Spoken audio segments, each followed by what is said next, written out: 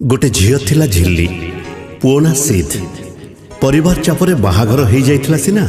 सिद्ध किंतु ग्रहण करि पारु नथला झिल्ली को अनेक निर्यातना दउथला सेइथि पई झिल्ली ताकू डाकुथला टिंगा बाबू।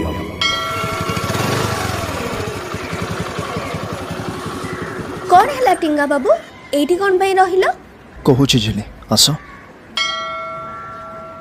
किंतु तबे मते मंदिर को कौन पई नेकी आसिलो झिल्ली मु तुमको बाहा हेइची सेरा सत किंतु निज इच्छा रे नुआ घर लोकों को इच्छा रे आम तुम संगे बहुत अन्याय अत्याचार भी करी किंतु मु एबे जानि पारुछि मु से सब भूल करूथले जदि पारिबो ताले मते क्षमा कर दबा आ मु कथा दउछि मरिया पर्यंत मु सेमती भूल आ केबे भी करिवेनी। तुम एमिति कथा कौन पई कहूछ